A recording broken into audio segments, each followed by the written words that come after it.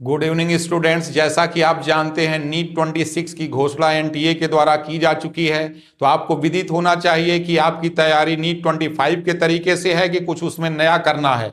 कहीं ऐसा तो नहीं है कि हम तमाम उम्र वही भूल करते रहे, धूल चेहरे पर थी और आईना साफ करते रहे। तो आप एकदम एक कन्फर्म हो जाइए कि आपको क्या प्लान बनाना है, कैसे स्ट्रेटजी बनानी है। तो इसके लिए सबसे सिंपल तरीका आपको केमिस्ट्री के लिए हम बताते हैं कि इसमें आपको करना यह है कि आपके पास जितने भी चैप्टर्स हैं, जैसे फिजिकल केमिस्ट्री का आप ले लीजिए, उसमें आपके पास जितने भी चैप्टर हैं उसमें कुछ पॉइंट हम दे रहे हैं, आप तुरंत कॉपी में उसको नोट करिए और देखिए कि उस चैप्टर से वो पॉइंट तैयार है कि नहीं। अगर वो पॉइंट आपके तैयार हैं तो आप समझिए कि आपका पूरा चैप्टर क्लियर रहेगा। जैसे बोला जाता है ना कि हर चैप्टर में कोई न कोई ऐसा पॉइंट होता है कि जिसको जान लेने के बाद कुछ भी जानना शेष नहीं रह जाता। By knowing which everything is known, nothing is left to no.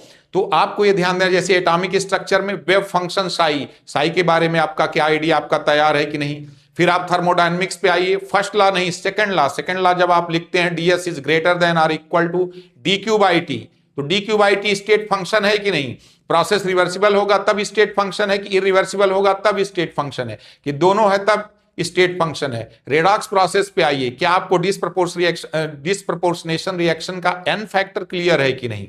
Come proportionation reaction का n फैक्टर आता है कि नहीं, सिंपल रिएक्शन का नहीं। अगर यह आपका जैसे n फैक्टर क्लियर है तो पूरा चैप्टर क्लियर हो जाएगा। अगर डिसप्रपोर्शनेशन रिएक्शन का n फैक्टर आ रहा होगा तो, नहीं तो इसी तरह से आप आगे की और भी चैप्टर्स में देख सकते हैं। जैसे आप सॉल्यूशन वाले पार्ट में जाइए, आपको वेपर प्रेशर अच्छी तरह से मालूम है कि नहीं। प्रोसेस ऑफ ऑस्मोसिस का रीजन क्या आप जानते पर है ना, केवल कि डाइल्यूट सॉल्यूशन से कंसंट्रेट सॉल्यूशन की तरफ फ्लो होता है, उसका रीजन क्या है जो है।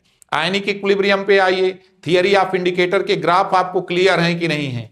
आप आ जाइए इलेक्ट्रोकेमिस्ट्री पर, इलेक्ट्रोकेमिस्ट्री में आपको कंडक्टोमेट्रिक टाइट्रेशन का ग्राफ आपको आता है कि नहीं, कंडक्टोमेट्रिक टाइट्रेशन का जो बार बार पूछा जा रहा है।